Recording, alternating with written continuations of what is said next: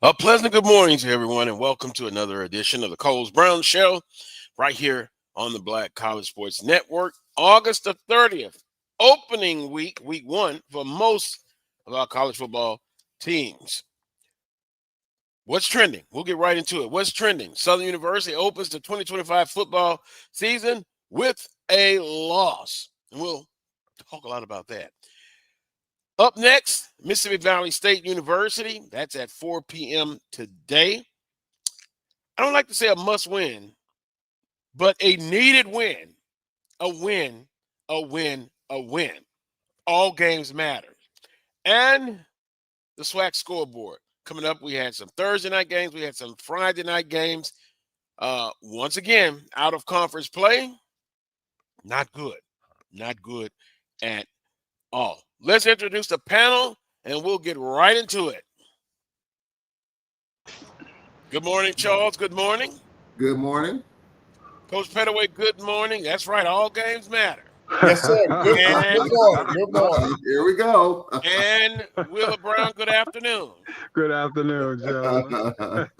I was listening to you guys before I came on, so I'm going to get right into it. Come back off the ledge. Yeah. No, I'm not on the ledge. I'm not on the ledge. But let's give credit where credit is due. Congratulations, North Carolina Central. I didn't think there would be a double-digit win for them. Yes, sir, Dr. Carey. I survived. I am a fighter.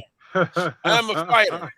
So, once again, I have to keep in perfect alignment the alum, the supporter, and the host. Mm-hmm. And we've got to keep them separate, but they all matter. Now, let me get back to North Carolina Central. Offensive line, good as advertised. They won every individual battle. They won as a unit. Wheeler, I text you and you text me back during the game. They are good as advertised. Let's see. I've got about 5 or 6 things to tick off. So let's see. Offensively, it's no secret. The number one quarterback, that was the first thing. Kept ringing. My phone. He's not there. Coach Graves addressed it as an in-house matter. But come on. Come on. We know what it is. It's the worst kept secret. Somebody missed a bus. So we'll move on from that. That was the first thing. Then defensively, I had people texting me and saying, what is the deal with the defensive back paying so far off? Once again, I text Wheeler. Wheeler said, yes, sir. I don't understand that. Now, Coach Graves says defensively, he thought they may have been reading the newspaper clippings, the sports section, what have you. They'll start smelling themselves. That was a rude awakening. Because once again, credit to North Carolina Central. And sometimes, basically football is simple. They control the line of scrimmage, right? They took what the defense gave them. They had a quarterback that made good decisions, and he didn't hurt the team. That's a recipe, Willa and Vann and Charles. Yep. That's a winning recipe. So once again, Trey Alvin and his staff, they did their homework, and they kept it simple, and they got it done. Now, the good part, Trey Holly is good as advertised. I'm comments on why he didn't get more touches. Ask Coach Graves about that, and the offensive coordinator. Franklin started the game, positive run yardage. But here we go. 5, 4, 3, 2, 1. The fan part is this. Against quality opponents, when there is a defeat, it's always the same way. How many points? How many points did Southern score in the second half, panel? 0. It's offense. And we'll get a better assessment now. I think it's more pressure. Now, quote unquote, wood starts, right? And I got it. No jokes about missing the bus and what have you, okay? One panel? Nothing. It's boom or bust. That's what I see. And I always talk about being balanced. They have to be balanced. If I'm a defensive coordinator, Wheeler, if I have to go against a team that's one-dimensional, and McCoy, athleticism, outstanding. What kind of passes did you see? Either the long pass or east and west. No intermediate passes, no curls, no comebacks, no slants, no crossing patterns. Question, do you think it was because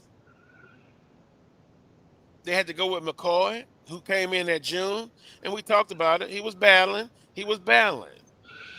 But just think about it. He's been there since June. Who would know the offense better? Woods. He's been there a couple of years. So this is what fans are disappointed about. And then I'll open it up to the panel. I could go 30 minutes. They are disappointed because, again, against quality opponents, they don't get it done. And you see the loss. You see the reasons that they lost. It rears its ugly head again. Now, I see people in the chat room saying it's a must-win. All games matter. I'm not going to say it's not a must-win. They need a win. And then the Jaguar Nation is already thinking about next week, home opener against Alabama State, who scored 42 points. Right. So, but as the host, you got to take it one game at a time. So with that being said, 31. I didn't even look at the stats. I started opening them and I just threw them away. 31-14, right? Am I right about that? That was the score? 17 points. Now you've given Brian Fulford a lot of ammunition with those doggone points. But I didn't think it would be. I'm not shocked that they lost, but I wouldn't have thought it would have been by 17. You're surprised at the way they lost. Right. Yeah. Yeah. Yes. Yes. Now, Carlos, let me ask you, have you all thought about this now? When Coach Graves and his staff put that game plan together, Woods was their starting quarterback as of Friday evening, right? Thursday evening. I'm sorry, Thursday evening, because they left Friday morning, right? They lost Thursday. They left Thursday. Okay, up until that point, Woods was their starting QB. He was getting all the reps. The game plan was put together around his skill set. Okay, now for whatever reason he's not there. He's not starting. So now they got to go to the backup. I feel like the game plan was not the same for that quarterback for him before, because they were counting on Woods being there, and I think that's part of the reason why they didn't get the momentum or the consistency they were looking for. I think that's part of it now. That's not the whole thing now, because defensively, they haven't stopped Central yet. Central still running on. So the defense, there were multiple aspects of the game that they can improve on. And that's what week 1 and week 2, you got to see better results today. You got to see the progress today. Let's address the elephant in the room. Okay. Or the two elephants in the room.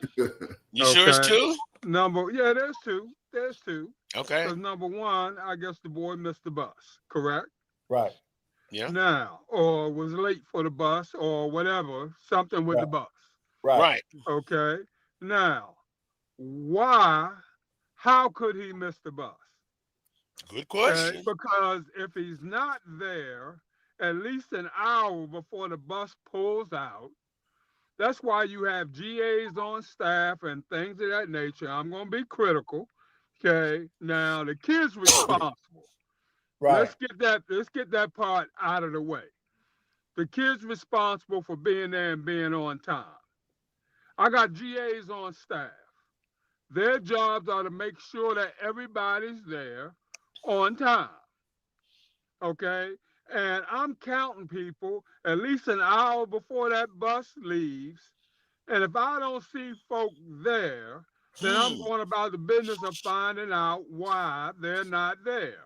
And if necessary, getting in my car and going to get them to ensure that they're going to be there. Okay? So that's part of the concept in terms of being a GA. That's part of the little dirty work that GAs have to do, that sort of thing. But as I said, I'm not going to take away from the fact that the kids have to be responsible for being there. So he wasn't there. Okay, he suffered the punishment accordingly, and unfortunately, the team had to make some adjustments.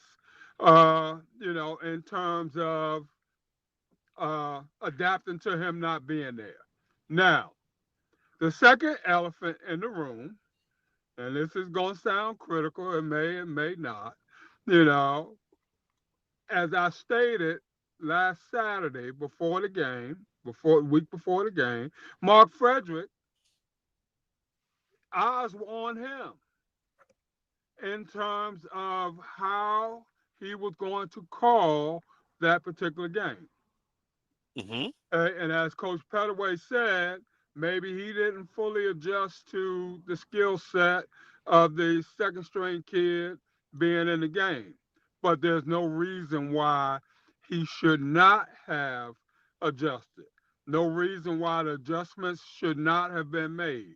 Now, they knew on Thursday, okay, when they rolled out Thursday, okay, they knew that the backup kid probably was going to be starting the game. So you got all day Thursday on that long bus ride to wherever. Okay, you got your little practice session at Auburn on Thursday. Okay, you got your walkthrough and things on Friday. So to me, you got enough time to make the small adjustments necessary in order to call a good game. Okay, so but you can't, there are no excuses overall. Okay, because Mark Frederick didn't get beat up front.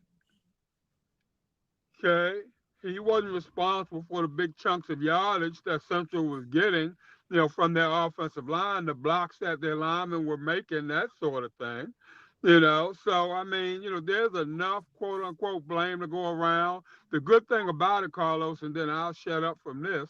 The good thing about it was that they didn't lose today's game last week. Right. So they didn't lose against Valley last week. So no reason why the things that needed to be corrected aren't correctable or weren't correctable this coming week. And there's no reason why there should not be a maximum effort put forth at Valley on today. Right. So if you want some positives to take from that, you can take that positive from that. Put that behind us as quickly as possible. Make sure that we don't commit the same mistakes again, and make sure that Woods got his behind on that bus when he's supposed to be there early. Ain't no reason why, he shouldn't be there an hour beforehand. He has to understand he's the leader of this team. Okay, everybody's dependent on him, and he's not letting himself down when he's not there or he's not on task. He's not letting himself down. He's supposed to be the leader of the squad. Okay, he's supposed to be the man that's supposed to carry the squad. And if your shoulders aren't broad enough, damn it, I don't know what to say about that. But the backup guy, he's a better kid for what he went through last week. Moving forward, he'll be much better in his role. So there's some positives to take up out of this. Southern's offensive line opened some holes for the running back. The boy, Holly, he's as advertised. There's no doubt about that. So there's a lot of positives out of there. DB's playing too far off the ball. You can't play that far off the ball, especially if you're not bringing pressure. Okay? If you can't stop anybody, you push up. DB wise, you push up, and then you bring bodies. Mm-hmm. Will? Make it as uncomfortable for the quarterback as possible. He's got to get rid of that ball quickly. Right. You don't want your kids out there, your DBs trying to defend the entire field for the entire play. Yep. Because sooner or later they're gonna get beat. Now I get off my soapbox now, Charles. It's on you. Valid points, Willa. Those valid points. Go ahead, Charles. I'm clearly was shocked and disappointed because on this show I picked Southern University to win the game. I was really surprised. I was really surprised. The whole quarterback situation. Terrence Graves obviously sent a message. He missed the bus, whatever the case. However way it happened, why did it happen? I really don't care. I don't care, and I don't think fans care either. I mean, the bottom line is that the quarterback position was 13 of 19 for 88 yards. I know you didn't look at the stats, Carlos, but those are the stats. They were sacked one time, and Woods did play late in the game. He was 4 or 5 for 18 yards. And so that brings up the question, okay, he missed the bus, whatever the case. Some older alums have told me in years past when we've had a situation like this, you run the kid, you punish him after the fact, but he's gonna play. He might miss a series or two. Hell to the no. Hell to the no. No way. What you're saying, I understand. I'm just, and this was kind of in the comments as well. You punish them, whatever. And I know Coach Graves for the message. It's okay. It's okay. I'm just saying there's some people in the group discussion that said, hey, you punish the kid, but he's going to start. He might miss a couple of series, but he's going to be an integral part. But that being said, Terrence Graves sent a message. It's okay. But 13 of 19 for 88 yards. Southern averaged 8.3 yards per carry. That's going to win you a lot of football games in the Southwestern Athletic Conference. It was as good as advertised. But I didn't expect North Carolina Central. They put up 410 yards of total offense. I didn't expect that because we kind of felt Southern defensively would be better. And look, Southern had the lead and it was a close game at halftime. And as you mentioned, Carlos, nothing in the second half. So yes, this hurts. And I think from a pride perspective, it hurts because you're playing another HBCU. We talked about it last week. This whole MEAC SWAC dynamic, MEAC versus the SWAC, you lose that, you're hurt. Your pride is hurt. Emotionally, you're hurt. But you got to pick up the pieces. You learn from that. And you got a valid team that's going to bring a lot of energy today. Yeah. The X's and O's and Jimmys and Joes, to me, favor Southern. They're the better team. But if Southern is still I knew it was a but coming. Yeah. The X's and O's and Jimmys and Joes favor Southern. But that doesn't always mean it's going to be a victory. If Southern thinks about Atlanta today, they're going to lose. Valley's going to bring it. What the hell they will be thinking about Atlanta? Well, I'm just saying. I mean, but they shouldn't even be thinking about Alabama State. Well, I agree. I agree, but again, the old but. We always talk about this. You don't want a loss to beat you twice, right? Right. Yeah. So on social media and all that other stuff, this game's still being talked about last week. Yes, we've moved on to Valley, but some people haven't. You hope the players haven't. But Valley's going to bring a lot of energy just because it's their first home game, new regime, new administration, all of that. They're going to bring it. And if Southern settles it in, throws the first couple of punches, I do think they'll win the game. But if they play around with it, as they say, and that game's close in the fourth quarter, Valley going to find a way to pull it out just because of the energy perspective, and you didn't put it away early. So that's the way I look at it. Southern's the better team. It was a tough loss. Bitter loss. Everything's in front of them. And by the way, we're going to say it today. We're going to say it next week. Alcorn plays at Alabama A&M next week. All games matter, yes. But fans are going to look at overall record and conference record. This game does not, on paper, count in the 8 games. Valley's Southern, this game does not count. Valley, Alabama State Southern doesn't count as well. I just want to put that out there because people are going to say, well, we're 0-0 in conference. How is that? We need to put that out there first and foremost. Get out in front of it so people can understand. All games matter. All games matter. I'm correct. All games matter, but people are looking at SWAC standings and looking at all that. I just think we need to put that out there. We understand. We know all games do matter. But when you're talking about Southern's goal, which is to get to Atlanta, you got to win the division first. And so when you look at your 8 games, Valley, Alabama State does not count in the 8. I think we have to be responsible and at least put it out there. However people take it, they'll take it. But I think we need to at least make people aware of how that works. Just like Alcorn, Alabama A&M next week does not count in the 8 for Alcorn and A&M. Just want to put it out there. Right. Now, Carlos, I want to go back to something Charles said. From a coaching aspect now, as a coach, because I've done this, if I give a set time and when we're leaving at that time. And over my career, I have left players. If you're not where you're supposed to be, because, okay, we got to teach discipline. We got to teach responsibility.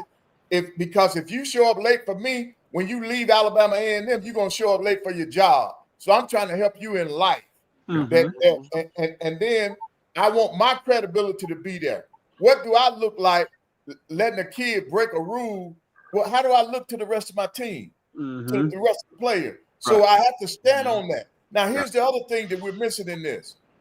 In a team sport, with Woods not being there, that hurt that team now because they had rallied around Woods and was ready for him. There was not enough time, even though they found out Thursday. You don't have a full practice on Thursday. You don't have a full practice on Friday. So it was hard for them to make that adjustment in terms of coming up with a different game plan because McCoy and Woods are different. So they had a different package for Woods. McCoy's package probably was not as large because they had figured he was going to be the backup. And so and Coach Pettaway, not to interrupt you. I'm sorry, go ahead. But I will say this, okay? The starting 5 up front didn't change because Woods wasn't the quarterback. The running back position did not change because Woods wasn't the quarterback. Correct. The wideouts did not change because Woods wasn't the quarterback. What did change was the way that the OC decided to call the game, because obviously he was calling it based off the skill set of the person that was at the quarterback position. Okay, and I agree with you. I've left kids behind and ain't think twice about it. There's no ifs, ands, and buts about that. Right. You know, and I don't want a coach that's gonna sell his soul for a win. Right. And if you play somebody that has blatantly broken the rules or what have you, that's what you're doing. You're selling your soul, coach, for a win. So I'm glad to see that Coach Graves did not do so. I give him a plus once again, Carlos, for not doing so. Having said that, I'm going to go back to this GA thing, and I'm going to jump on this thing until the cows come home. Okay, I got graduate assistants on my staff. Okay, part of their duties are to make sure that everybody's there that's supposed to be there, especially if it's somebody that I'm dependent on, okay, to play. If it's the 5th string offensive tackle, you know, hope he come, but if not, you know, I ain't gonna lose no sleep over that. But my starting quarterback, I gotta know that my guys are there. Yes, so sir. Somebody should be reporting to the head coach, to Coach Graves, letting him know at least an hour ahead of time who there, who ain't there. Or Coach so-and-so is gone to get so-and-so because he ain't here yet. Yeah. That sort of thing. So those things have to take place. Like I said, once again, you know, not negating the fact that kids have to be responsible. They gotta be. I ain't taking no weight off of the quarterback at all. because it's his job to be there. He's the leader of the team. Right. Okay, but I gotta have checks and balances in place from an administrative point of view. I got people under me. I got assistant coaches under me. The guys need to know, need to find out, okay, why people that I'm dependent on ain't here at least an hour and some change before it's time to go. I don't give a darn if we're leaving at 5 o'clock in the morning, and that means you need to be in my sight pattern at 3:30. Mm-hmm. You need to be there at 3:30. But Sleep but in you the know, gym, sleep in the gym, sleep on the curb, sleep outside the bus, okay? But you Be need there. to be there at least an hour and some change prior to it's time to leave. do we know that it hadn't been done though? I mean, maybe the checks and balances were there, and then you called. Maybe. I'm not saying that they weren't. I mean, I'm not saying that they weren't. But at some point in time, Charles, he wasn't there. Right, and knowing that they left Thursday, tight time frame, you're practicing at Auburn and all that. I mean, at some point, and again, I don't know, but I'm just saying it. I think they probably did some of that, but they had to take off because they're on a tight schedule. Right. And Willie, here's the only difference in basketball. That was the responsibility of my assistant coaches, not a doggone GA. I made it my assistant coaches. If a doggone player got left that we needed, that was gonna fall back on the assistant coaches when I got back. I'm cussing the kid out first. Yep. And then I'm cussing that assistant coach out. Thank you. That I promise you that's how it went with me. No doubt. Willie Hayes and Sammy Jackson would tell you, we had graduate assistants. I said, no, that ain't their job. That's your job. Now, if you want to trust a graduate assistant, he's holding your job in his hand. Yep. Because if my kids are not where they're supposed to be, now this is where I give you latitude. If you got a kid that don't want to be where he's supposed to do, recruit his butt out. Recruit his butt out of my program. That's the way I did it, Carlos. Mm-hmm. And I think you see that's what's wrong with our kids now, man. We don't hold them accountable. We let them get away with stuff. You know, we were saying back in the day, that's what the other man did to him. All he cared about was they played. You know, but for us, we're supposed to be teaching life lessons. That's right. You are accountable. You got to be on time. That's a selfish move. Look what you've done to your team. You've thrown the chemistry of the team off. Come on. That's my point guard. My quarterback is the point guard. I've entrusted this team to you. I put the team in your hands, Pete, point guard, because you've earned that. Yeah. But now you got to respect the position that I've given you. You got to show up, and you should be the first one there. It may have been inadvertent, Carlos. It may have been inadvertent. Right. Yeah, but I'm not going to sit here and say Mr. Bus on purpose. Not going to say that it was intentional by any means or anything like that. But that's why you have to have checks and balances in place, you know, because of unintentional things that may happen. You know, where's my teammate? You know, where are my teammates? But they knew the boy hadn't got there yet. You know, who's the other captain on the squad? Yep. You know, so I'm going to spread that thing around.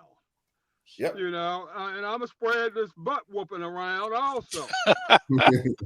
You know, everybody going to get some. So I'm not going to just leave it on the kid. You know, you're supposed to be there, that sort of thing. Something could have came up. He could have overslept legitimately. Yep. Right. You know, where's his teammates? Right. Where's somebody else that's close to this boy that knew he wasn't there? Okay. And I'm sitting there ready to go. What am I saying to myself? What am I saying? I like teammate ain't here yet. Oh hell, that's on him. And see, Willie, the other thing is too, because now kids live off campus, they live in different places. And that's an issue too. Right. It's hard to keep up with them because if the kid was on campus, all somebody had to do was run up there and get him. Wouldn't have that problem. You kick the door in and get his butt out there, get him Wouldn't where have he's that supposed to problem. You're exactly right, Coach be. Right, Pettaway. right. So in today's climate, you have to do things a little bit different. And that responsibility has to be spread around. But I'm gonna tell you this: I'm proud of what the Southern staff, they handled it the right way. When I say the right way, they handled it the way I would have handled it. Mm-hmm. He would not have started. Now, in my case, he may not even play. Well, you know, I've had some old school guys all during the week because that was the conversation. A, they did the right thing for the punishment, and B, some old schoolers I talked to said he still would have had to run laps. Oh, ain't yeah. no doubt. Oh, ain't no doubt about that. So two things can be true at once. And from what I heard, they had a very physical coming to Jesus practices all week. Now, let's see what happens. Also, before we go to a timeout, here's another thing that kind of disappointed me. They were down at halftime, right? But do you remember, right before halftime, here's a handoff to Holly. He breaks a tackle, 80-yard touchdown, right? Who? Now, I've talked to different people. Here's a scenario. I'm saying, who gave the authority to pooch kick the very next play? They got a short field at the 50-yard line. Now, that's my opinion. I talked to others. Well, Carlos, do you think it was a possibility that Zimmerman just missed part of the ball? He shanked it. Okay, but wait a minute. It can happen, but I'll put it in a low percentile, Wheeler, because there wasn't a lot of kickoffs, right? But knowing what I know about Zimmerman, my first thought was somebody authorized that. And if I'm wrong, I'm wrong. I'll come back. I'm going to develop and go deep dive into that. But whatever the case, North Carolina Central had a short field, right? At the 50. Mm-hmm. The next play, momentum gone. Yep. 50-yarders. That young man almost had 200 yards. So, offensively, again, one-dimensional. It is easy to scheme against a quarterback that's a tremendous athlete. But if you go back and look at the passes, they were either east-west or they were 40 yards down the field. And I get it. A couple of them was off the fingertips. If they catch it, it's a different game. But I look at the total thing from last year against quality teams. The scenario is always the same. And that's why I'm hoping that at 4 p.m. today, and Jay Walker said late in the game, that was the best pass. Best pass in the game is when our missing quarterback gets in the game. They couldn't be deadly offensively with a passing game with that running game. But it's over. Can't look back. Once again, North Carolina Central was a better team. That offensive line was as advertised, and they have an offense that it's not a racehorse engine. They took what the defense gave them. They ran the football, and those are ingredients. And then they made adjustments in the second half. 0 points. 0 points. Coach Pettaway, Wheeler, if you go back and look at the losses against quality teams, those were the same ingredients. So on that note, we'll do over a timeout. We'll do. When we come back, we'll take a look at Mississippi Valley State. No film to watch. I can go with numbers from last year, but a new regime.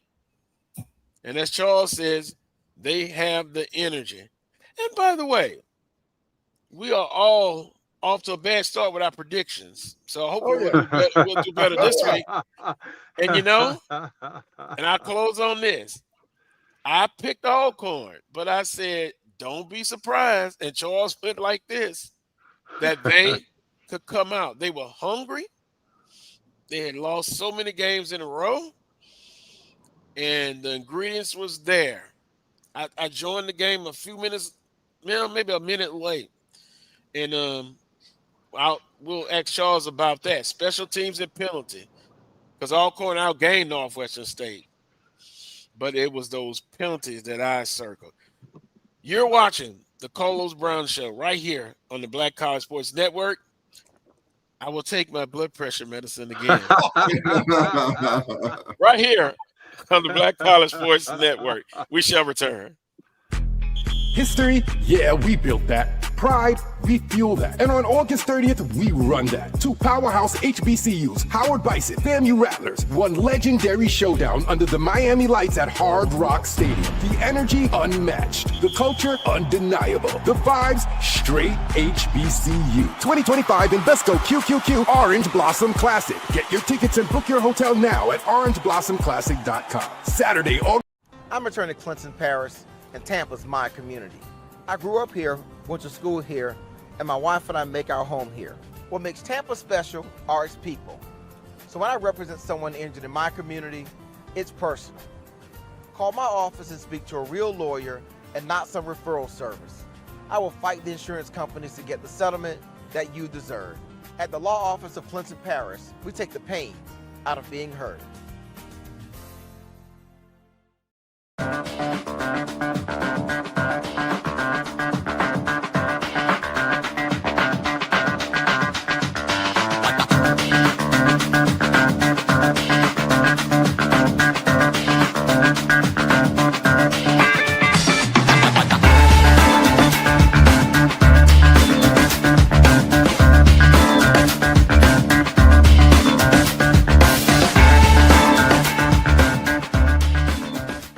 It's never too early to plant the seed, to share the tradition, and instill a sense of pride in your HBCU with your little ones. HBCU Pride and Joy Children's Boutique helps you share your school spirit with a wide selection of adorable kids apparel and accessories officially licensed from your favorite HBCU. Visit hbcupridejoy.com and follow us on all social media at HBCU Pride Joy on Facebook and Twitter.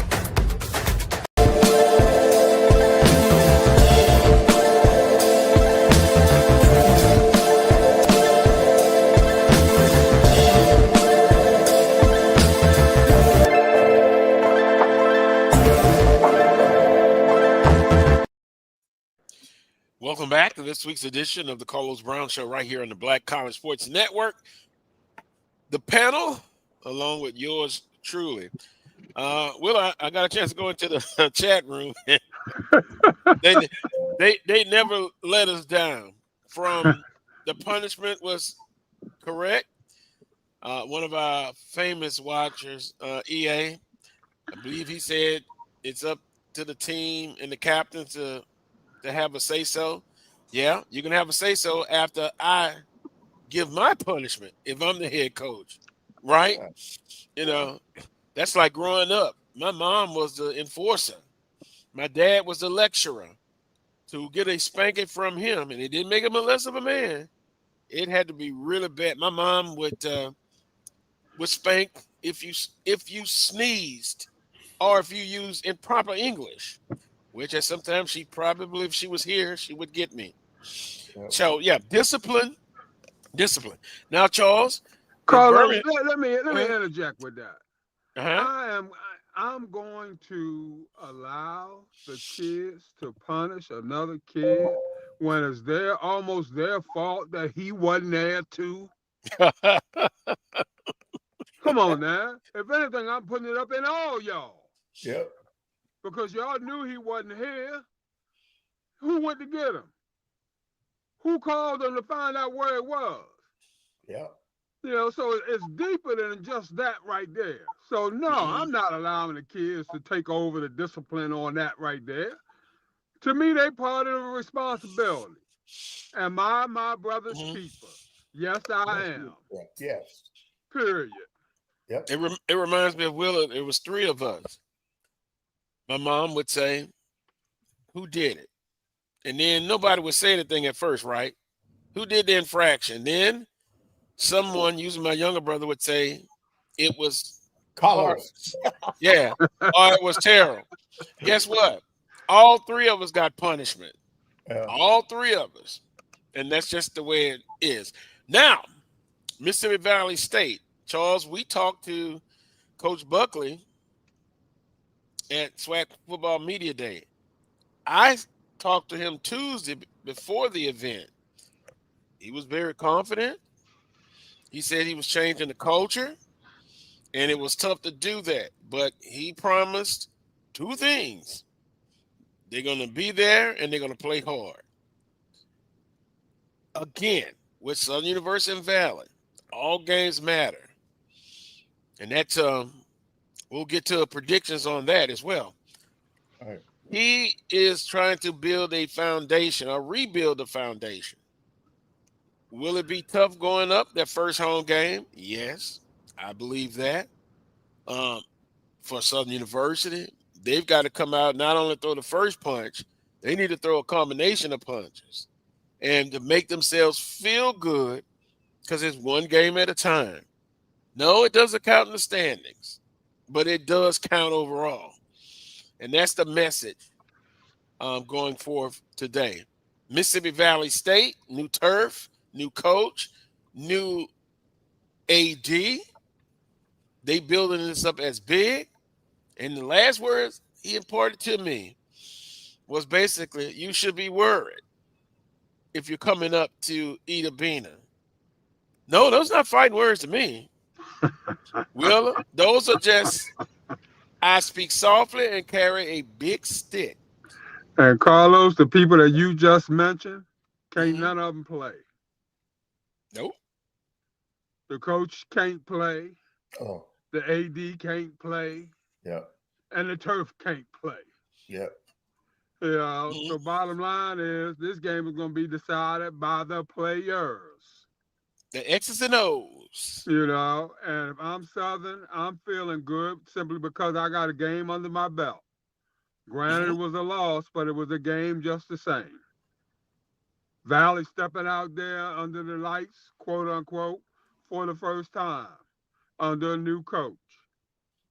Okay, so granted, if I can get through those first couple punches, okay, and deliver those blows that I know that I can deliver from a Southern point of view, Southern gonna take this game, in my estimation.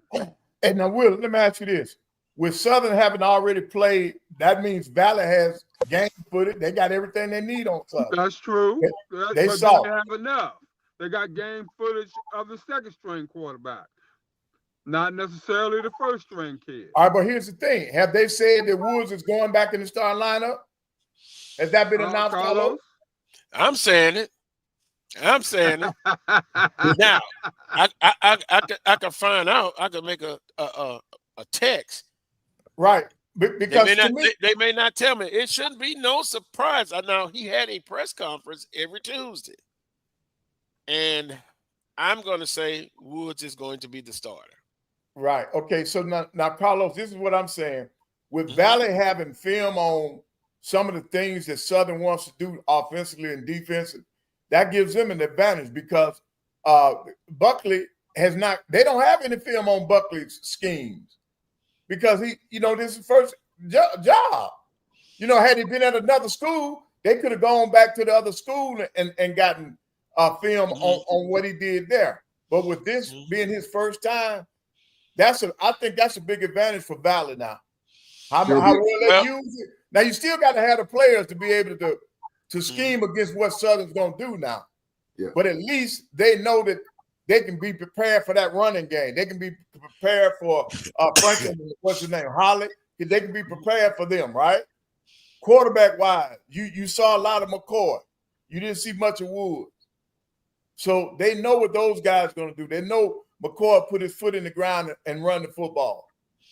So they can scheme against that. They know that if Southern plays the same way with their DBs, that the slant routes will be there because they play so far off. I think it'll be a revolt if we don't see adjustments. And to your point, yeah, they have film, they can see it. But I'm gonna be like Willer. I will find out right off the bat. If I win the toss, no, I'm not deferring to the second half. I want that ball, and I'm going to test you right off the bat. Now, for Southern, there was some positive things in. Holland in that Mississippi Heat, he would get as many touches, and Franklin. Right. See, here's the difference. If you look at last week's game, you didn't see a passing attack. What was it, Charles, under 100 yards? Unacceptable. 88 yards. Right. Unacceptable. Isn't it? On 13 attempts. So you average 7 yards, not even 7 yards per pass play. But it's the point. North Carolina Central could put 7 or 8 in the box. They didn't do anything special on defense, nothing exotic. They know after a couple of series and in the halftime they made adjustment. If we stop the running game and you put 8 or 9 in the box, we're saying we don't think McCoy can beat us throwing the football, Wheeler. Yeah. And then that was the case. I'm sorry. I mean, I thought Southern looked to go over the top as opposed to the intermediate passing game. And I thought the intermediate passing game was probably there, even with Central with 8, 9 people in the box. Tight end. The 15-yard in or out, the little curl, 12-yard curl, that sort of thing. That was still there, even though Central had eight kids in the box. So once again, as we look coordinator, I mean, because he's the one that's calling the plays. Well, to show you how tough it was for Southern, we're all in this text chain, and Carlos sent a celebratory text. Hallelujah, we got a first down passing the football. Hallelujah. Amen. We pick up a first down, and that wasn't until the fourth quarter? Was it? To my point, you've got to be balanced. If those struggles in the passing game continue today, you could run for 400 yards. Unless your defense creates some turnovers and opportunities and you run for 400 yards, you'll probably win the game. But that can't happen today. What's his name? Walker? His shirt was as clean as when he came out from pregame to the end. They never put it. They neutralized Givens. We didn't mention that. But again, the offensive line was as when good you got a as good advertised. Offensive line, those things happen. And guess what? Body on them. They chipped him. Yeah. They chipped him. Look, it's not complicated. It is not complicated. Hats off to North Carolina Central. It's scheme, game plan, simple, but effective. Go ahead, Charles.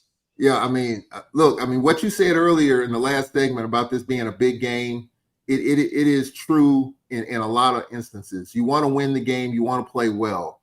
But if you don't play well today, and if you don't win the game today, and we talk about tough places to play in HBCU football, A.W. Mumford Stadium is right up there for the visiting team. But when the home team isn't playing well, A.W. Mumford Stadium is a tough place to play for the home team. Yep. And you know how passionate the Jaguar fans are.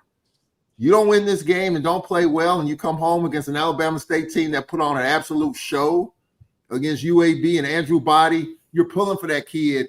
Regardless of Alabama State, you're pulling for him because he's been banged up throughout his entire career. Texas Southern, banged up last year, and he put on an absolute show. He was the show.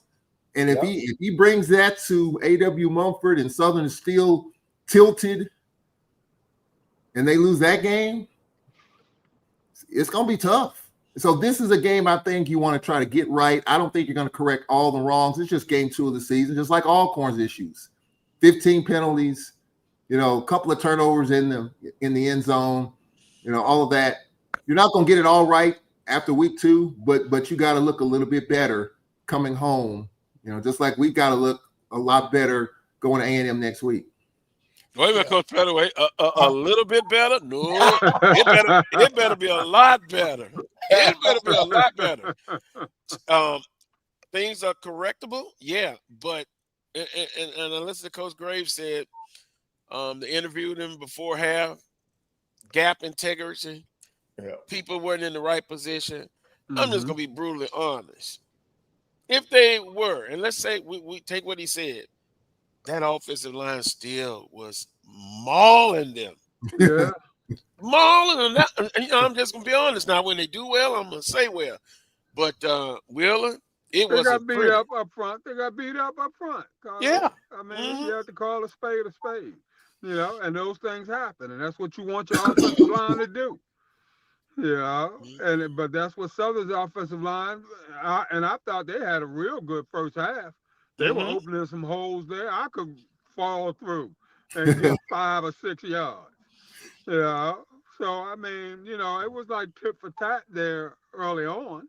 But then naturally, once you start getting a little further behind, that just changes the dynamics pretty much all the way around. So, I mean, like I said, they didn't lose this week's game last week. Yeah. So no reason for them not to go to Edinburgh and get up in there and do what Southern's supposed to do, which is pound it, take the intermediate pass game and, come on out of there with a win. Yeah. I was really impressed with what Alabama State did, and like I said, I was flipping back and forth. Charles, I tried to pick up your broadcast, but something's happening at my house. I couldn't get it to come through, so I don't know what was going on with that. I've always followed you, basketball and football, but I could not get you this past week. We were up and going. I know we had a couple of internet issues, and of course we had a lightning delay of an hour and 10 minutes. Oh yeah, I knew about that. But normally I watch and listen to you, but I couldn't do it. I couldn't get the radio station to come through. Yeah, well, we were on it. I mean, it's just one of those things. But we were in pretty good shape. We might have lost internet connection for a few minutes, and that might have been when you couldn't pick it up. Okay. But I mean, as far as Alcorn is concerned, I mean, look, we can talk about that. I mean, a team that had won a game in 1,027 days, a team that lost 20 in a row, and we were a 10-point favorite to win the game, according to Brian Fulford. Oh. We didn't. Y'all giving Brian. Brian getting his.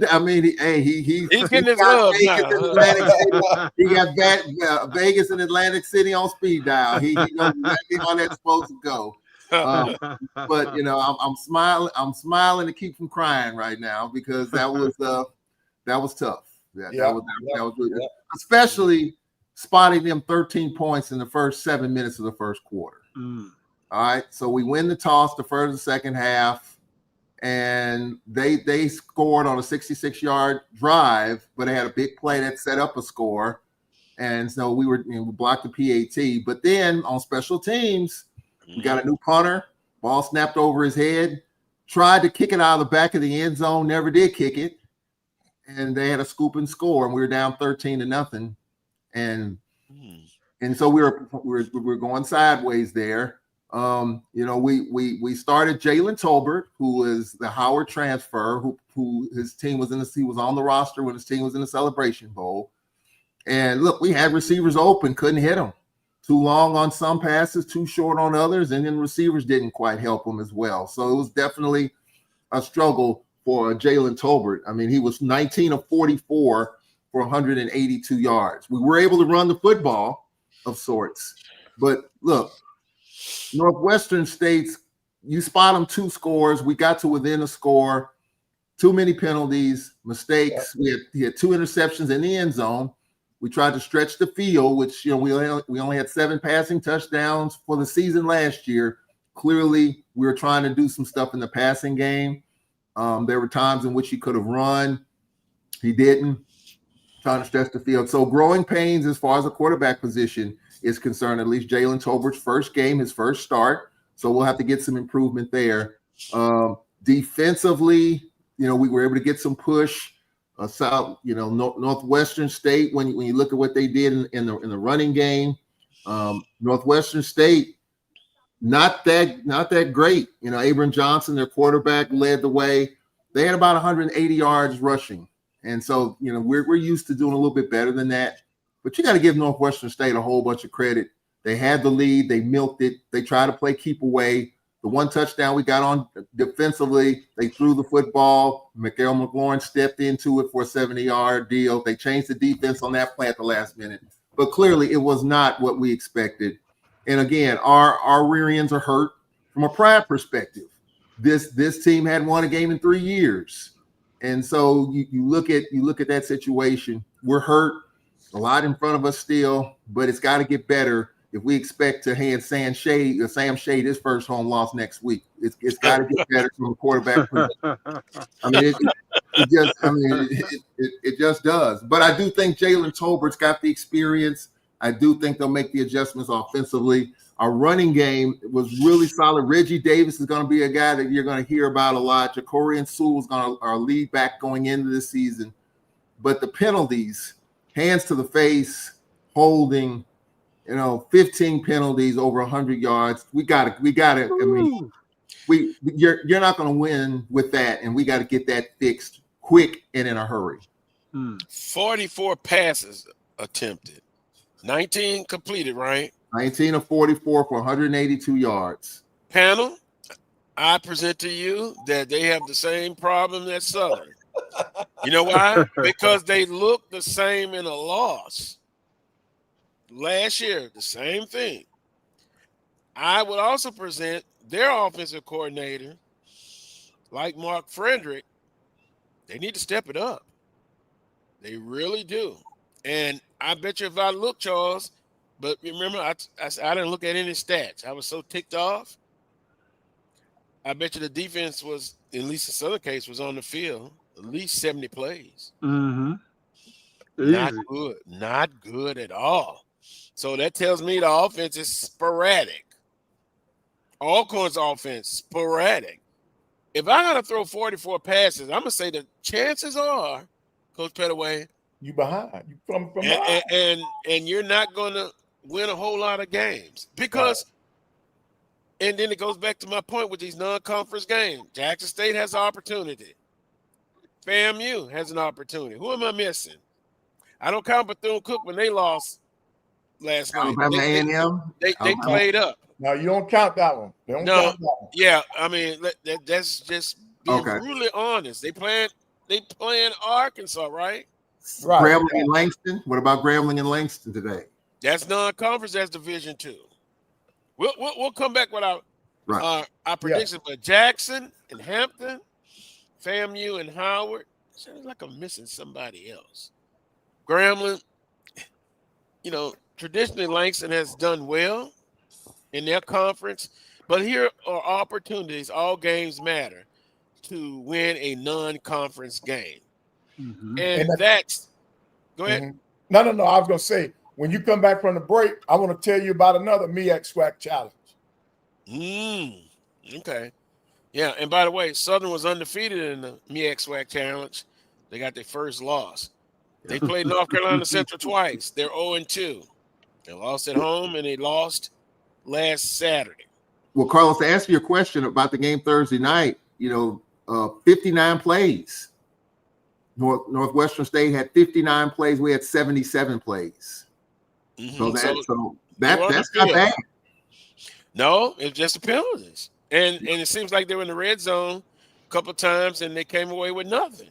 Right.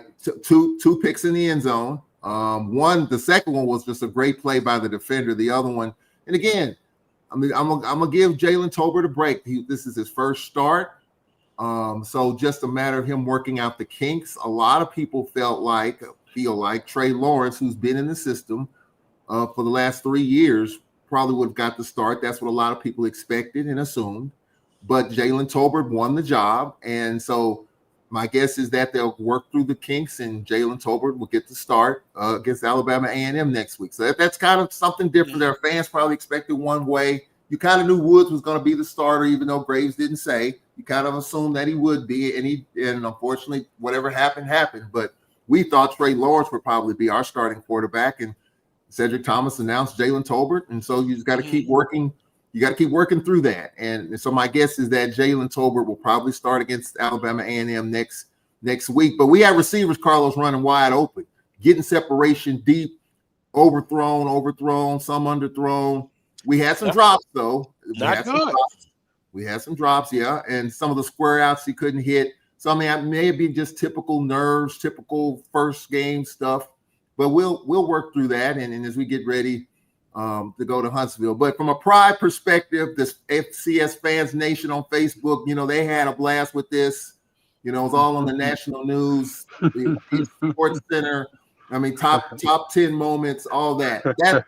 That's what hurts, because you're going to hear about it. And we heard about it Thursday night into Friday. And even we're talking about it today. This team ain't won a game in 3 years. They practiced the celebration leading up. They practiced how they want to celebrate getting a win. I mean, that's exactly, it's just one of those things. So from a pride thing, it hurts. It still hurts. But you got to pick yourself off the deck, and you got to get ready to go to Huntsville next week and face in Alabama. And we haven't played them at night, I don't think, since we've played Alabama A&M. I think that's the first time we've ever played them at night. Usually when we're in the East, we play them in the daytime. But Sam Shay's going to have his team ready. And if they look halfway decent against Arkansas, it definitely is going to get more of your attention. Isn't it the last Alcorn every Thursday? It's just bad when they play on a Thursday. I saw, maybe something's to it, maybe something not. Bats hit the lights and the electricity went out. A couple of Thursday nights, the weather, the game suspended, couldn't finish it. Yeah. Tell them to stay out for Thursday nights. But Carlos, it don't matter what the day is. On that note, we're overdue for a timeout. We're gonna try to make something out of the madness, but all games matter. Non-conference, as a conference, we got to do better. So we won't be talked about if we be better at winning those non-conference games. Because Coach Pettaway, as a coach, look, you want to win them all, especially when you go against your FC brethren. Mm-hmm. Hey, you bring forth the maximum effort because you know what they're going to say. Right. So Jackson State, FAMU, don't let us down. And, of course, Grambling, don't let us down. But those two games is important. I'll be watching that 2 o'clock game. And for the Southern fans who complain about 2 o'clock, 3 o'clock games, I hadn't heard Jackson fans complain about playing at 2 o'clock. It depends on TV. Now, we'll take a break. You're watching the Carlos Brown Show right here on the Black College Sports Network. We shall return.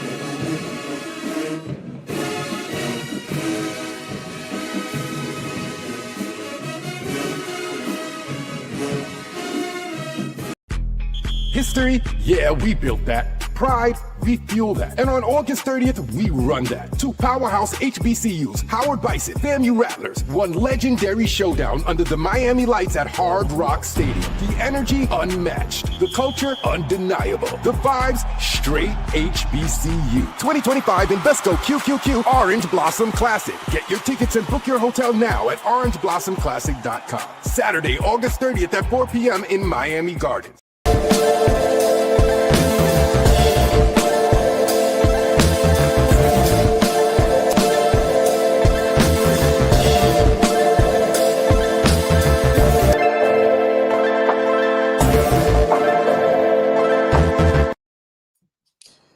Welcome back to this week's edition of the Carlos Brown Show right here on the Black College Sports Network. Yours truly, Carlos Brown, Coach Vann Pettaway, A.D. Willa Brown, and Charles Edmond. They are known as the panel.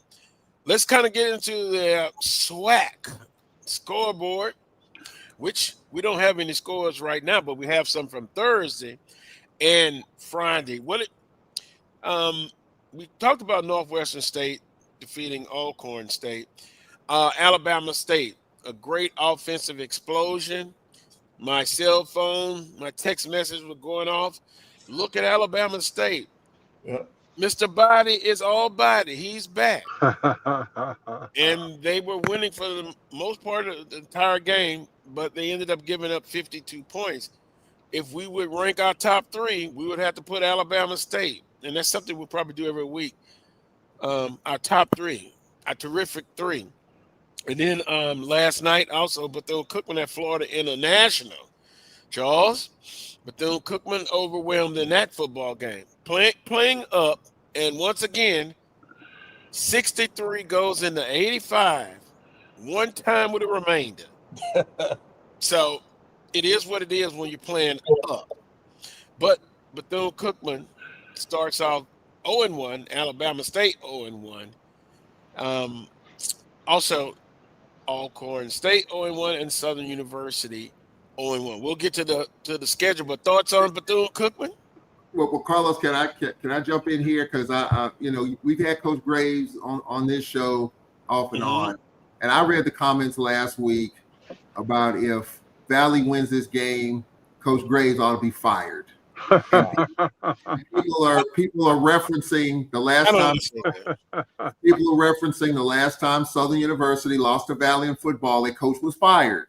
That was Stump Mitchell. Totally 1,000% disagree. We got a former AD on this panel. Ain't gonna happen, Jaguar Nation. Nah. If Southern loses this game, Coach Graves will not be fired. Ain't gonna happen. So I don't need to happen. And I understand the emotions behind it. That's not gonna happen. That's absurd. That is truly absurd. I think somebody else may get fired before Coach Graves, but I'm gonna keep that in the vest, because I always say in Birmingham, from one year to the next, some coach you won't see, they'll be gone. Then and I did see the post about, and I don't want to take up too much time, but because they are entitled to their opinion. In the chat room, they're basically saying Alcorn should have kept McNair. He gives the amount that was there. Also, they talk about should have kept Dawson Odoms. Oh my goodness, I can't win on that, so I better not say too much about that because I've made my feelings known. Going back to Broderick Fobbs, Grambling should have gave Broderick Fobbs that extra year, and I'll take that one all. Yeah, that part I agree. I would agree with that one. Yeah. So, Coach Pettaway, you're the coach on the panel. I sometimes emotions get the best of us. Right. And, I've been guilty of that too. I'll point fingers at me as well. But I also have common sense. No. I'm not even thinking. I can understand these other people. The Jackson States, the Alcorn Knights. What if Coach Graves? See, I'm not even thinking that way, Coach Pettaway. I'm cocky and arrogant. Oh, yeah. A win is a win. But, yes, I will be disappointed if it's a 1-point win, Coach. Try to talk me back to the realm, Coach Pettaway. But see, right now, Jaguar Nation, they don't just want to win; they want a convincing win, and that's because of what happened last week. But like I said, now Valley has the upper hand right now when it comes to preparation because they know some of the things that Southern did last week, and everything's going to be on the fly. Southern's got to be able to make adjustments this week because they're going to be seeing stuff for the first time. So they've got to be able to make adjustments, and I think that's the biggest key here. Southern has no idea of what Valley's going to do. Right. And that's scary But thoughts. I'll coming tell off you of- one thing But don't change. wait. One thing don't change. You Bill. button up them shoulder pads the same way. You button up that chin strap the same way. And if my right guard is better than your left defensive tackle, okay, I'm going to move your behind off that ball, and we're going to get some of the yards that we need to get. You know, so granted, If your offensive coordinator run the play, if your OC run the play, the OC got to run the play. That part is up to speculation. That's why I'm gonna bring the temperature down a little bit. Because you remember I tell you the co-host, a Southern alum, Southern fan. I gotta keep the motion straight. I present to the panel, no disrespect to Val. Because again, I talked to Coach Buckley. He's confident. We had the AD on. They're saying the right things, what they should do. A festive atmosphere. It's more about not the opponent this week. It's more about Southern University. It's more about them, Coach Pettaway and Wheeler. It's about them, because if they come out and they spank them, they should have. If they struggle, you see, we still got problems. So one game at a time. Aussie said all games. You're playing a SWAC game. You're playing a SWAC game on the road. Okay. And as Charles just stated, everybody's place is a tough place to play. Mm-hmm. So to think that I'm gonna go in here and drop 50 on Valley, and we're gonna call it a day in the second quarter and all that sort of thing. We're just kidding ourselves. For those I would love it, Wheeler. For those people that have that mindset. Okay. So you might as well just go on and forget about that. You still in the SWAC, you still on the road. Okay, it's going to be a tough road game. You go in, you execute, you come out of there with a win, whether it's 5 points, 10 points, or what have you. You pack up the bus and you bring your behinds on back to Baton Rouge, and you get ready for your home opener the next week, and you call it a day. And everybody that can't get along with that, Carlos, if they give him money, they can keep it in their pocket or what have you, give it to volleyball, or give it to track and field or what have you, and do whatever it is that you want to do from there. But you in the SWAC, baby. You in the SWAC. It's tough. It's tough. It is tough. Nobody gonna lay down for you. It's tough. Yeah. Again, I say it's more about Southern, not disrespecting Valley. It's more about what they need to do. You're going to be looking for execution. You're going to be looking at a game plan that's more creative offensively. Defensively, I want to see some aggressiveness. I'm coming after people. I will be damned if you're going to run that ball down my throat, Wheeler. You love it as a former old lineman. That's right. That's but right. We've got to make improvements, and we got to make it quickly. The most performance, the better performance, the most learning, getting better between game 1 and game 2. We shall see. But I still contend it is more about Southern University. Inward. You respect all opponents, you fear none. And so I can't even worry about the next game. You worry about the first game. Then the second game. You're not good enough right now at this point to take anybody for granted. I rest my case on that. Agreed. Anybody disagree, Wheeler? Oh, no, I agree with you. Yeah, you're right. Definitely. Because you can disagree. In the chat room, they disagree all the time with me. And I love it. Now, this MEAC SWAC challenge, they're also doing it in volleyball. They're doing it right here in Huntsville. Your Southern Jaguars are here. They played Morgan State this morning. You got Morgan State. You got South Carolina State. You got Delaware State from the MEAC up against Alabama A&M, Southern, and Arkansas Pine Bluff. And so the SWAC is holding their own when it comes to volleyball against them. Southern, your Lady Jags beat South Carolina State yesterday, and then this morning they took care of Morgan State. So the SWAC is doing pretty good against them in volleyball. Yeah, at least somebody's get in the W's because the non-conference games in football have not gotten off to a good start. So I'm pulling for Jackson State. Yep. I'm pulling for FAMU. Ooh, I've got to say it. Yeah, I'm pulling for it. And Grambling as well. Yep. Jackson got to take care of Hampton. Fam, you got to do Howard in, and of course,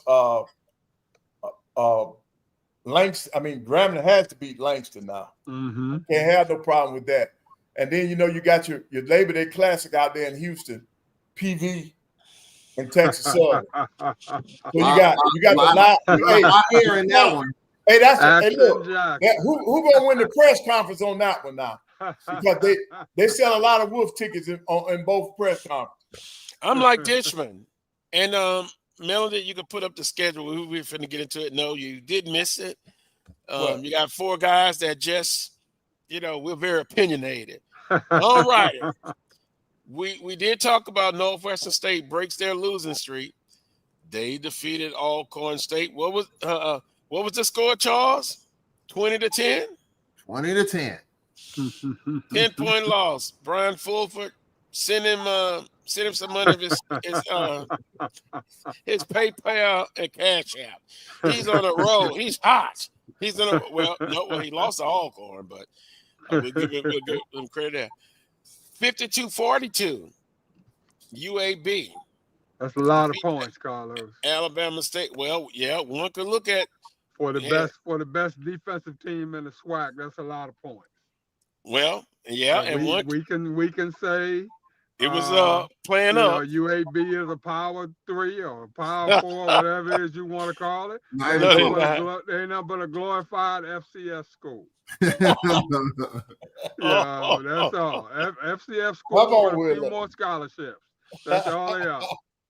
Well, I did see on social media that Andrew Body was talking to UAB coach, and it looked like he was saying, "My God, you're back. You're back." But defensive questions. But guess what? Next week, their next game, they're in Baton Rouge, Louisiana, the Pete Richardson Classic. And so we'll see will that defense rebound. Now, help me out. 42-9, I believe. Florida International defeated Bethune-Cookman. They played up. Mm-hmm. Not too much to say about that. Results Willie Simmons, wasn't it? Yeah. Yeah, Willie Simmons at FIU. Yeah. Oh, he's not.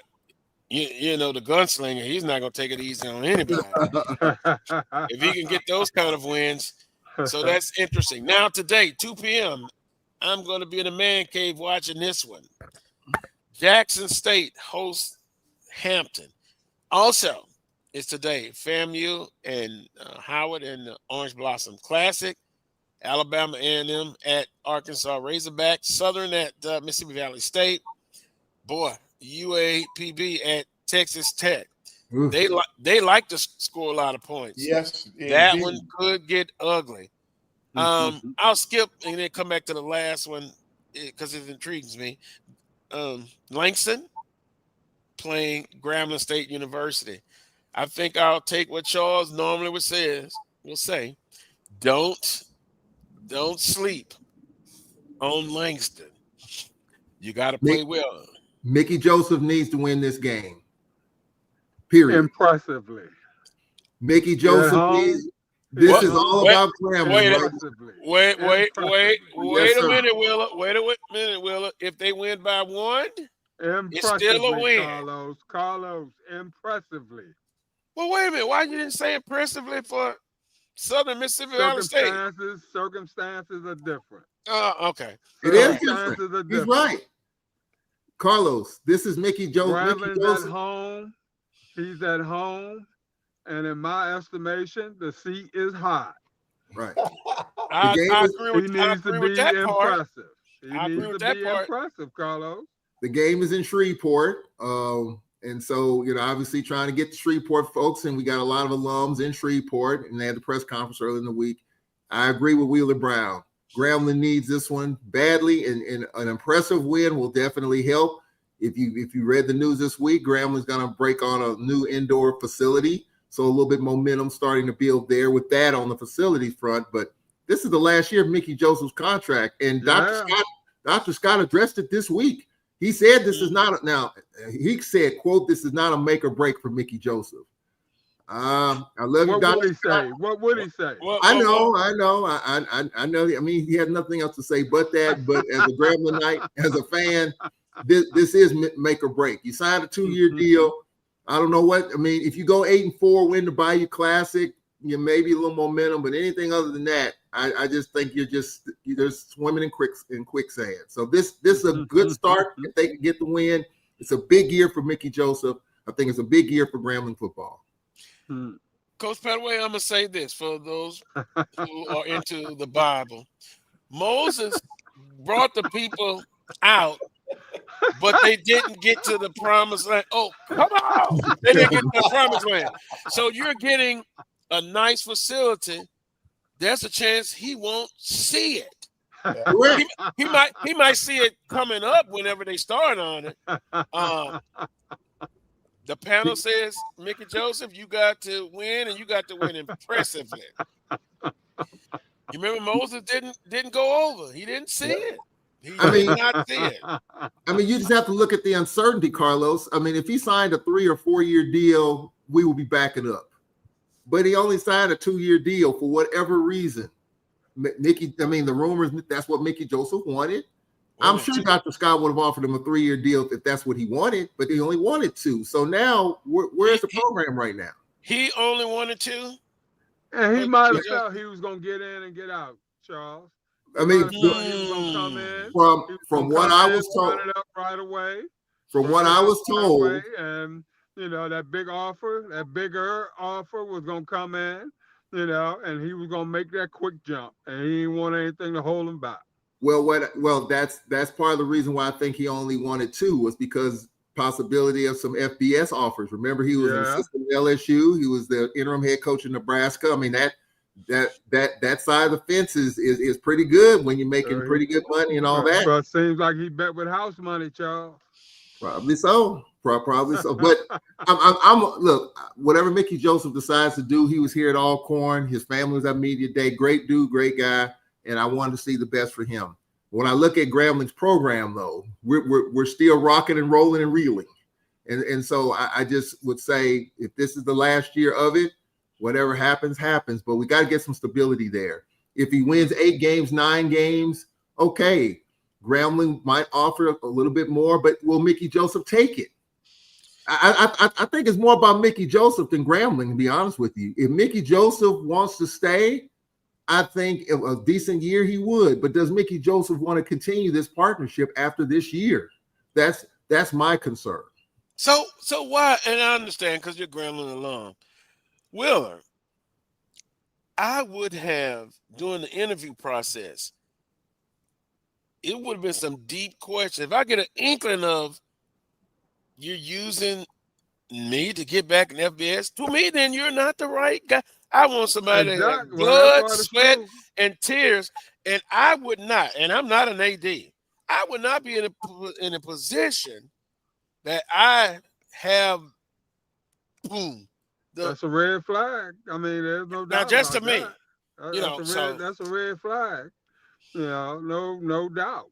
No doubt. It make me think twice now. Hey, but Willie, what if he asked for a 2-year contract because he had that much confidence in his ability to get it turned around? And that's okay too. But what that means is that if I'm sold on him, Coach Pettaway, it don't matter. Right. If I'm sold on him and I believe he's going to leave my program in better shape than it was when he first came in the door. And there's nobody else out there that I'm sold on just as much as him. If he's my guy, gotta have him, can't do without him, really need him, all that sort of thing, and he wants 2 years, then fine. I'm going to believe that he's going to leave my program better. See, Carlos, if I ask for the Carlos Brown contract coming in, it makes me a better candidate. I'm not trying to own the school hostage for money. All I need is a 2-year contract. It makes me a better candidate because now your commitment is only for 2 years. and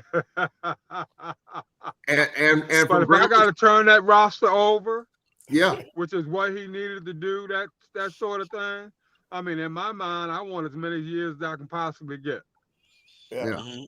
You That's know, like- I couldn't see that roster being a 9-win roster year one. Mhm. Yeah. And that's the only way I would have taken a 2-year contract, coming in the door. If I saw that roster and saw, realistically, I could get 9 wins out of that roster, okay, then, and then slingshot that into the next year and get another 9 out of the next year's roster, and I'm 18-6 after 2 years, then I got a reasonable chance of springboarding to get that next job, wherever it may be, But if I'm 4 wins in year one, and I'm looking at 4 wins again in year 2, okay, I'm gonna be lucky to have a year 3 anywhere. That 2-year contract, I don't know if I ever lived that down. and it's not my fault, really. But anyway, You got thrown into it, Carlos. yeah, thanks to a former board member who's now back on the board at Southern University. But it's interesting. He said, no, we're not giving 5-year contracts up front anymore. You can get it on the back end, but you got to meet some benchmarks. Anyway, I want to see improvement every year.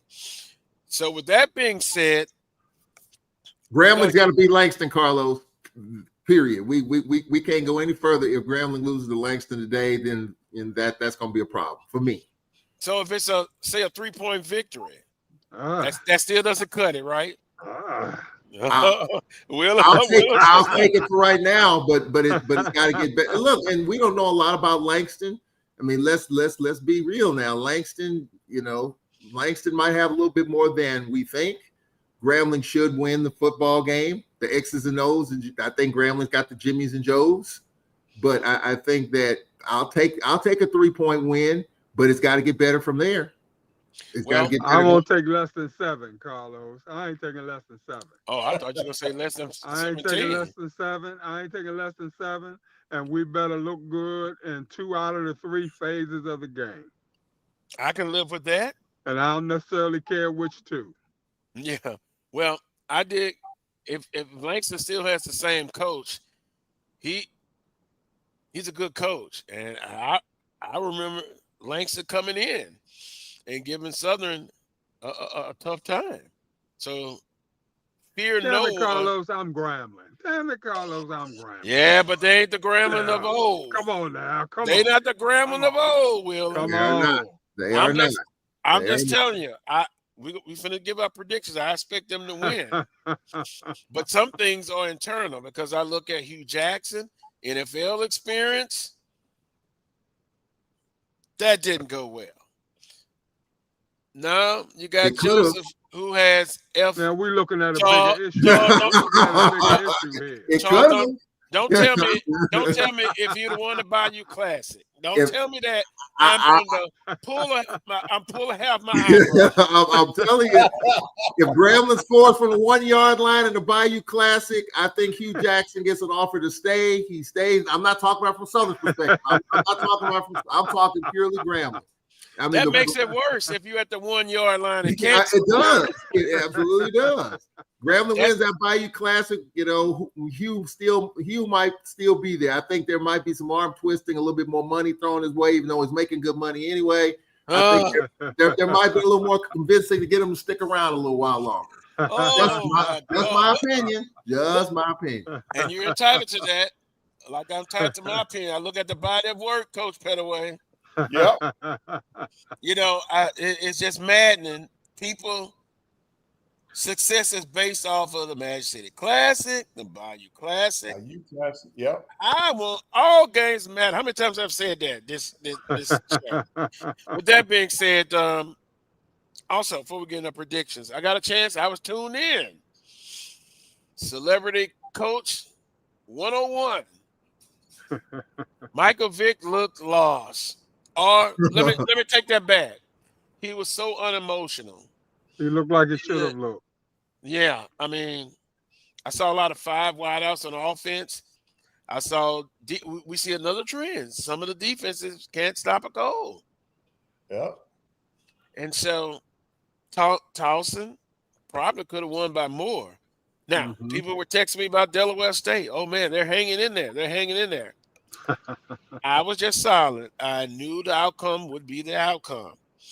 You know, it's kind of like in the boxing analogy. You remember the Hearns and Marvin Hagler? Mm-hmm. That was the most exciting second round. I mean, it was excitement, everything you want. But as those rounds went later, the cream rises to the top. Yep. And again, I would love to see. They say, Carlos, quit going back into the past. When Southern played Northwestern State, I will admit this. I was like, if Coach Richardson, come on, man, they would. Yeah, if they're close. Yeah, they could win. It wasn't even close. The next year, they went to Natchitoches and won 20-0 on their home field. That is the days I want to see, and that was the days with no NIL. Facilities were still look. I went back and watched Trey Oliver. He said the money he need wouldn't be for NIL. He wants better facilities.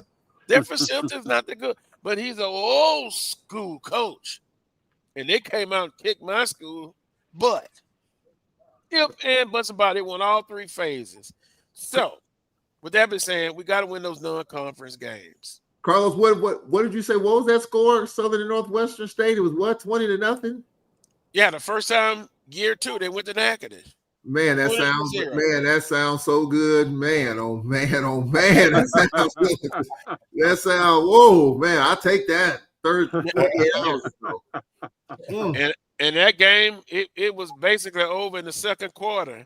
I started treating myself to some beverages, if you get my drift. By the fourth quarter, I was out of it, but I knew the score. Yeah. 20-0. Prediction time. 12:35. Let's pull up Hampton and Jackson State. Who you have? I'll go with Jackson State. Mm-hmm. I think they got enough in the tank. They got enough coming back. I say TC Taylor have them ready to play. Jackson State, no doubt. Yep. Clean sweep here. Jackson defending everything. Division, SWAC. Hey, I got Jack. You know, Jackson's been TC Taylor's been kind of quiet, you know, and I think that's the way he wants it. He knows everybody's shooting for him. He is the hunted, and he's not putting there's not a whole lot of bulletin board material out there. That's exactly the way you want it to be. And so I got Jackson at home. I know the fans at the vet are looking forward to it. Speak softly and carry a big stick. Mm-hmm. That's the way. We promise 2 things. We show up and we're going to play hard. Mm-hmm. They would get tired of me if I was a head coach because that's what I'm going to say. No bulletin board material. FAMU at Howard. Can FAMU defend the SWAC honor in a non-conference game? Orange Blossom Classic, 3 p.m. Because it's in Florida, I'm going with FAMU. How about they're at FAMU? home? They should win. They're at home. Well, they ain't at home, but they're home. State, that sort of thing. There's no reason why they shouldn't come out on top. And by the way, I have Jackson State as well. Yeah, I got Florida A&M. The game's in Miami. I think that's the Orange Blossom. Yeah. You know, it's been on Sundays. Who you got on that one, Carlos? Who you got on that? I'm going with FAMU. Their coach has feeling a little pressure. Their fans are not happy. I saw them in semi-hot. Okay, I saw some of them in the chat room saying they haven't forgotten about the Valley loss at home. Yeah. So I get it. I get it from the fans' perspective. They're disappointed. Well, you know, I would say, you know, you talk about pressure. You know, I like Colsey, and you know, he's a good dude. But I think the pressure is more so political than anything, because they got a new president. the athletic director situation, kind of what it is. And so last year was a disappointment. So, I mean, so you got to pick yourself off the mat. You know, Coles was a part of that previous staff that won it all a couple of years ago. So I do think there's a higher expectation at FAMU, especially with all the new dynamics, in my opinion. Wasn't last year one for him? Yes. Yeah. Yeah, To me, that was an unrealistic expectation. You know, even though he was on staff. Now, I looked to see certain benchmarks this year, no doubt about that. You know, but for me, his seat doesn't get burning hot until year 3. Yeah, I think it would have been. It would lukewarm. It's lukewarm now because it's FAMU. The Valley game. I think if you take the Valley game out, he would have had a pretty decent year. Yeah. And expectations are high there. Yeah. Right. Yeah. You know, I know about that. Trust me. but Jackson, Tallahassee. But let me ask a question, Wheeler, about that. Okay, so you do have a new president. The AD situation is kind of what it is. And even though last year was a disappointment, is that and with the Valley loss, does that ratchet up the expectations because of the Valley loss, or more so the administrative dynamics? And now all of a sudden, you know, the microscope's a little bit bigger than it probably would have been. Well, I think, you know, anytime you got a new president, you want to impress. You know, there's no doubt about that. You know, a lot of these guys don't know what they're looking at anyway, knock on wood.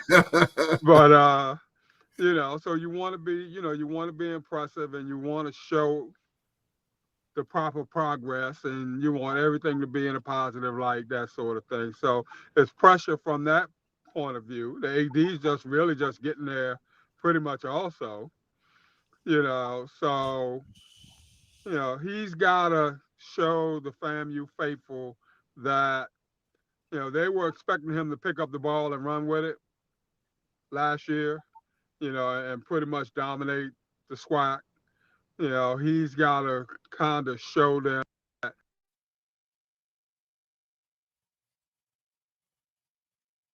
I think we'll and be in the hunt. I think he'll wind up being okay. Okay. Yeah, but anytime you got a new president, Charles, you want to be impressive. There's no doubt about that, because you never know what's going on in their mind. Right. Well, I've heard her talk. I'll leave it at that. AD situation is tough. Coach Colson, just win, baby. Just win. Keep the heat off of you. Just win. Keep it simple. I'm serious. Yeah. You know, A.W. Mumford, great guy. Dr. Clark, A.W. Mumford had a lot of pull. And I'm saying all this to say that the coach, like Coach Pettaway, they're the most popular guy or the most known guy on campus. Perfect example. My niece couldn't tell me who the president was, but she could tell me who the head football coach, Pete Richardson. There's something in that.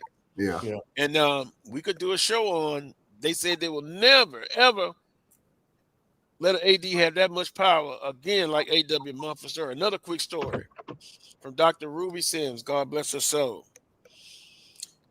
One time, the football team went a little later in practice, not from a loss, but A.W. Mumford was old school. Cafeteria closed down. They closed a little early. That didn't happen ever again while he was coach. He had power. And they said, we'll never let an AD have that much power again. Think about that. So, FAMU, clean sweep? Yes. All righty.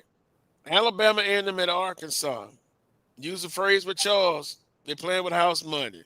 Just see what the number one unit can do, Coach Pettaway. Yeah. And if it gets out of hand, play the second unit. Yeah, just don't get anybody hurt. Pick that check up. Come on back. Let's get ready for Alcorn. That's it. But, That's it. Arkansas will win this. They're not gonna hand out a check and let you win the game. We have had some upsets though, Carlos, from the FCS teams beating some FBS schools. There have been, at least in the early part of the season, have been. I think is it Army or Navy? they lost to one of these FCS schools. So we have seen some surprises in that category. Unless they're North Dakota State, South Dakota State, North Dakota, and South Dakota, it's still not a good record. You know, to me, and I know this will come off the wrong way, because they need that big check, Willer. It would be better off to be that. You know, NFL has a couple of exhibitions. High schools have jamboree. I would put that in the category of that type of game, just as an exhibition. But I know it won't happen. It never will happen, because I got to bring in some money, some big money. So I'll leave that at that. So we're all in agreement. Arkansas, 3:15 today.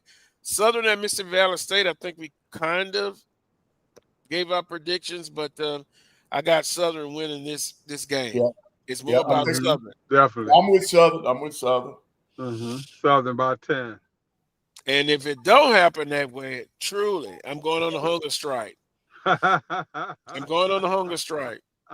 Southern better bring it, Carlos. So they better not play with this one. They better not play with it. I got them to win, but they better not play with it. That's all I'll say. All I'm gonna say is punch them in the mouth and punch early and often until the heavyweight fight is over with. Keep punching. Yeah. Again, it's more about Southern in itself.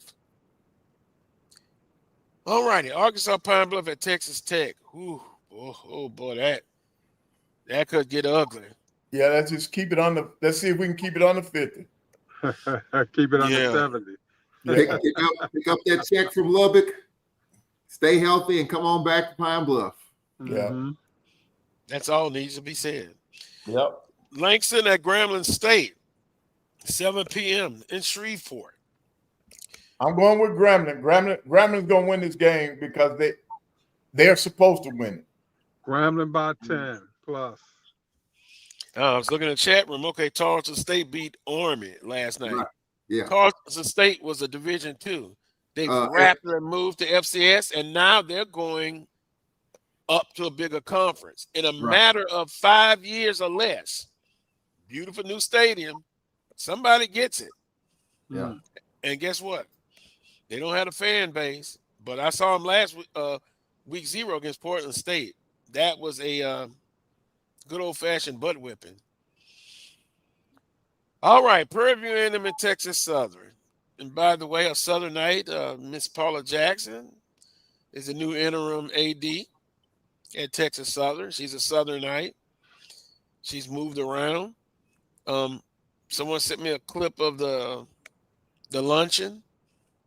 Shots fired, talking about, taking shots that your AD is not there because of this and that. This one could get nasty on the field. Discipline, a lot of emotion, a lot of feelings. Coach Jackson is not a man shy of words. So with that being said, Willer, we'll come back to Willer. Who wins this ball game, the Labor Day Classic? I think, it's a tough one. I'm going to go with Texas Southern. Even though I think Prairie View may have the better roster from all indications, but I think I'm gonna go with Texas Southern. I think Prairie View coach is giving them too much bulletin board material. Right. He's a good bad man. That may be a deciding factor early on. It's emotional. Your head says one thing, but boy, you want Texas Southern. Coach Dishman, just a totally different guy, quiet, goes about his business. Coach Jackson lets you know how he feels. And it almost seems he's got a huge chip on his shoulder, a big one. So I'll make my prediction. I'm going with my heart. My head says Prairie View, but my heart, I want a spanking bad. I'm going to tune into that one and chatterbox. I want to hear chatterbox going off. It's some bad blood. And a rivalry is a rivalry, but this has been etched up because of the conversation off the field. Remember, Yep. once again, I'll show up and play hard. That's what I'm doing. I'm not giving no bulletin board material. Charles? If you get Dishman riled up, that tells you something, because Dishman is not that guy. You know, I mean, he speaks quietly. He probably carries a big stick, but you know, I think it was totally unnecessary. A lot of jibber jabber, you know, and I personally do think Texas. My own personal prediction. I'm going with Texas Southern in this one. I think it'll be a good football game. I think it's going to be a lot of emotion because of all the hype leading up to this game. I just think Dishman, a year under his belt. Yes, Jermaine Jackson's got a pretty good roster, but is yet to unfold. I'm going with Texas Southern, not because of the emotional aspect. I just think TSU got a little bit of an edge. I think it's going to be a close game, 23-21. I got Texas Southern winning this one. And then, Carlos, I'm going to help you out. I'm going to go with PV. I'm going to pick up PV for this one. I think Coach Jackson, I think part of the reason why he's talking, because I think he knows he's got him a squad. He brought some of those transfers over with him. And I'm going with Prairie View on this. Well, I'm peeking, and you can see I'm peeking in the chat room. Oh, Mr. Rocky Miller says Coach Jackson only talks about his program and about 3 other different things that's not related sometimes to that, but he has a right to do that. He's confident. He's confident. One game doesn't make a season. It's the one who wins the race, the endurance of it all. Prairie View's going all in on football, Carlos. I mean, we all know what they did, you know, here the last couple of weeks. They're pushing all their chips in the middle of the table for football. And so this is kind of sort of got to work. And so it's way too early to tell whether it's going to work or not. You know, the commissioner, Dr. Charles McClellan, who's been an AD at 2 SWAC schools, told me one time, he said, as an AD, he can tell if a coach is successful or not after year 1. But he's going to give his coach a 3 or 4 year contract, but he can tell in the back of his mind whether a coach is going to be successful in year 1. And Coach Jackson is definitely confident. He wears a shirt that says Atlanta, whatever it said on there, like it's all about Atlanta. I get that. But, you know, I like to see how this, you know, plays out. I think it's ratcheted up the rivalry for sure, though. I mean, TSU PVU, it's good for those fans, but the rivalry is definitely something to watch now with all the comments this week. But I just think Texas Southern's got a little bit more. Nothing against PVU. It may round out in the shape. We see them here in October for our first home game, so they may be very well marinated by then. But in this one, I'm gonna go with Texas Southern. Well, it seems the panel goes with Texas Southern, except for Coach Pettaway. Right. With PV. No, I got you, Coach Pettaway. I know. I know what you said. So that's the predictions for this week. It's good to be at week 1, week 0. More games than in previous years, or the last couple of years, they're having more games week 0. So the game of the week, we did our predictions, but if you zoomed in on the game of the week, Charles, which game is the game of the week, in your opinion? Oh, I would say Prairie View, Texas Southern. I would say Prairie View, Texas Southern, and I think I got to that point just this week, and just in terms of the hype and buildup. I mean, that's a great rivalry anyway. You know, I mean, we talk about championships and division titles. Whoever loses this game is 2 games out of first place. Because it counts. It really does count twice. You lose a tiebreaker against that team you lost with in case it gets to that point. So those division games right off the bat, some don't really like that. They want to play into their schedule, but that's not the case with Prairie View, Texas Southern. So I think this is, you know, I think a lot of extra tickets have been sold in the last few games, in my opinion, because of the comments and the back and forth. But I think this is going to be a really entertaining game. And like I said, a lot of jibber jabber, and I'm anxious to see. But I think this is probably one of the big games of the week in the Southwestern Athletic Conference. And Coach Pettaway, you know what? I'm gonna go with that too, also, and I'm going back to SWAC Media Day. You know, even back then, Coach Jackson, you know, he had quite a bit to say. So I think that has ratcheted up this rival game. I mean, the 2 schools were already at it anyway, and then for him to come in and make some of the predictions and talk about to be so boastful, I think that's just going to make it a very interesting game. I'm just wondering, Carlos, just for people who know the rivalry better than us, to me, TSU Prairie View football has always been kind of a halfway friendly rivalry, and I might be wrong about that. Maybe G Boom and others can chime in, but now I think it may be ratcheted up to a little bit more than that now, based on the comments this week. I might be wrong, but just from the outside looking in, it just seems that way. Well, I know that might be different from football, and I know in basketball, man, I've done several of their games in basketball.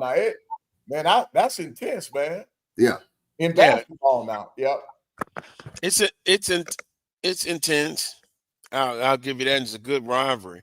So I just hope when I tune in to watch, I don't want to see the emotions get the best of both teams, because it's going to be at a fever pitch, and you don't want to see a lot of personal fouls and what have you, and not a lot of penalties. I know it's game one, but kind of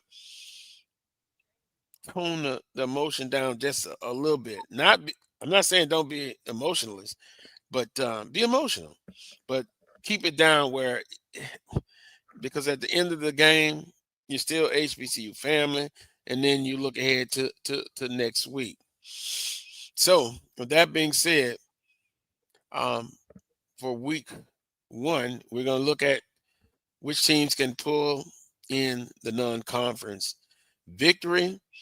For teams like Southern, or a team like Southern, it's about them. They want to bounce back from a loss from a quality opponent, and I mean a quality opponent.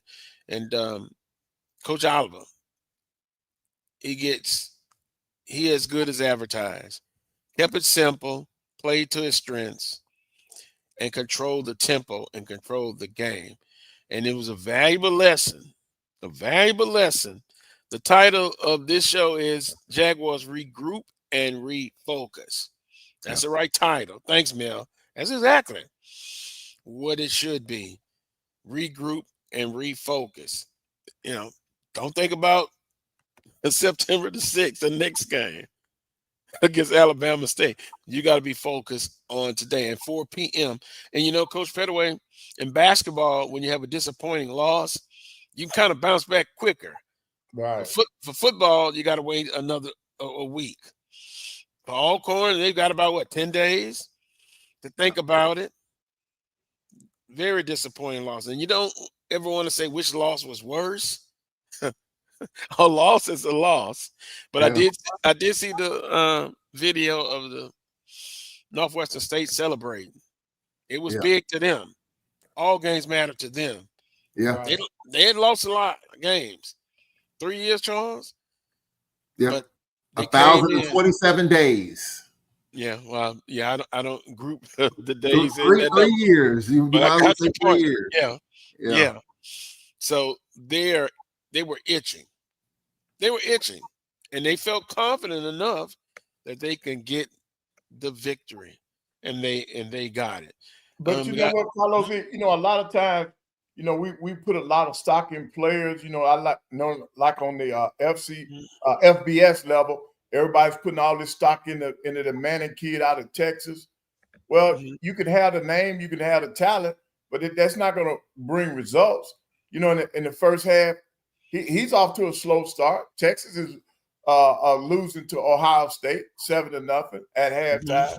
So it's up to the entire team to get together to win a game.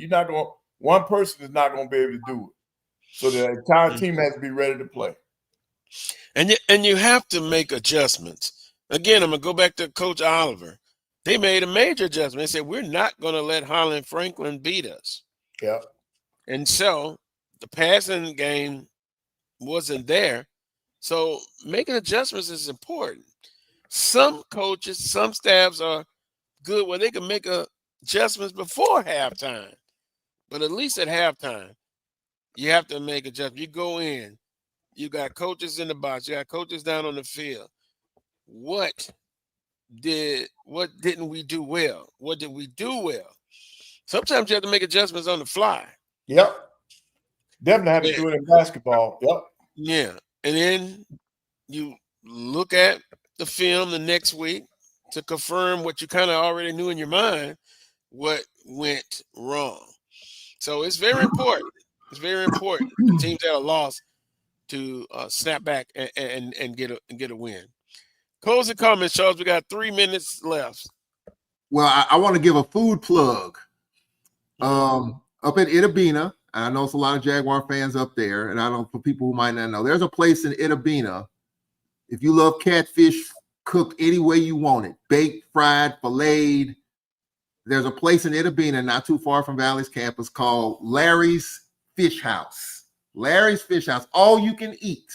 Hush puppies, salad, everything. One of the best catfish places you ever want to eat. So I'm just giving a plug out there for Southern folks. If they're looking for a place to eat after the game, game's at 4, they'll be open. And I've eaten there personally. I've helped keep the place open when we played Valley up there because a lot of folks like to go, because I like to go, because I like to eat. So I just want to give a plug for Southern folks if they're looking for a place to eat that's open, all you can eat, catfish, that kind of place. Larry's Fish House. I'm looking forward to all these games, Carlos. I want to see how it all plays out. Let's go. Yeah, and Carlos, I'm looking out for these games too. I'm looking forward to it. I'm gonna run up on campus and catch the end of the volleyball tournament, the MEAC SWAC Challenge, and I'll be looking at my Bulldogs later on the day in some of these SWAC schools. Looking forward to next week. Man, that's interesting what Charles said, because people, I didn't know that place exists either. Yeah, but I'm gonna say this quickly. People in Louisiana are very constructive. They know about good eating. Now, if there's a place in Mississippi got better catfish, that is interesting to say the least.